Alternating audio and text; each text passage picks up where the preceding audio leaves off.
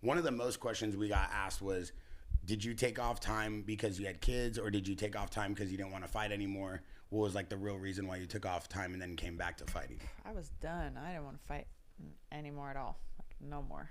So I was retired. I was never coming back. I was for sure about that until I wasn't. You know, then 4 years later, I was like 9 months pregnant. I was like, I want to fight again, you know. While you was pregnant? While I was pregnant. Yeah, I was very pregnant, and I was like, I want to fight again. But you know what it was? I was living in Singapore. I was actually working for one championship, and then you remember the whole pandemic happened around that time. And I think the fact that the whole world shut down, there was like no sports on TV, the fights were done. Like, I don't know, something about it made me miss it in a different way and reevaluate, right? We were all stuck at home inside our own heads, like trying to figure it all out. And I think for me, it was like, yeah, doing a little soul searching. I think I actually do want to fight again. And that was. It's interesting though, because like a lot of people also don't know that you were working with One, right? You were like the VP of One. Yeah. What were you doing with them?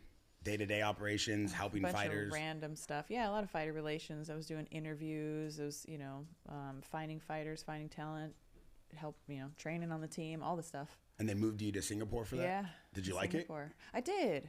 I liked Singapore, but I didn't like it during the pandemic. It sucked because it's so small. And then over there, they got, when the pandemic hit, because it's a benevolent dictatorship, so it's just like a totally different, it's kind of like an optical illusion. Like it looks all cool and chill, but it's really not.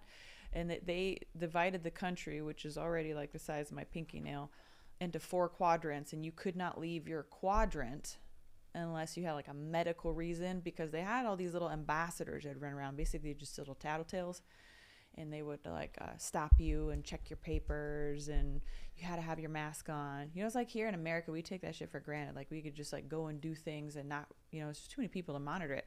Over there, they were on it. So I remember being very, really pregnant, and they'd be like, "You put your mask on." I was like, I can't breathe. Like I already have a space thief in here. Like my lungs are like half capacity. You want me to put a mask on? It's 80% humidity and like 90 degrees outside. And I was like, I'm gonna die, But that's how it was. And I was like, I gotta get out of here. So as soon as my son was 3 months old, like as soon as he was cleared to fly, I was like, gone. I'm out.